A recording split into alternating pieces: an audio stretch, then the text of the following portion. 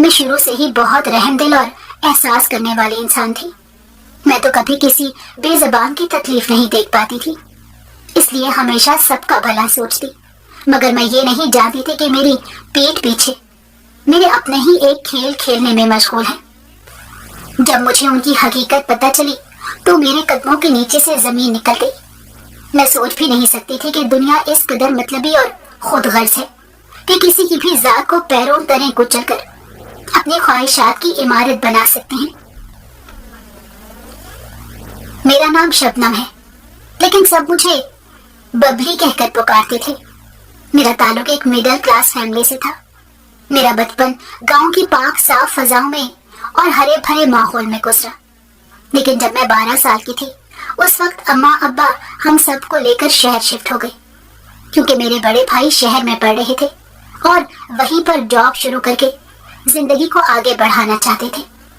میرے اماں ابا پڑھے لکھے نہیں تھے، مگر ان کے نزدیک اپنی اولاد کی خوشی اور ترقی سب سے زیادہ اہم تھی.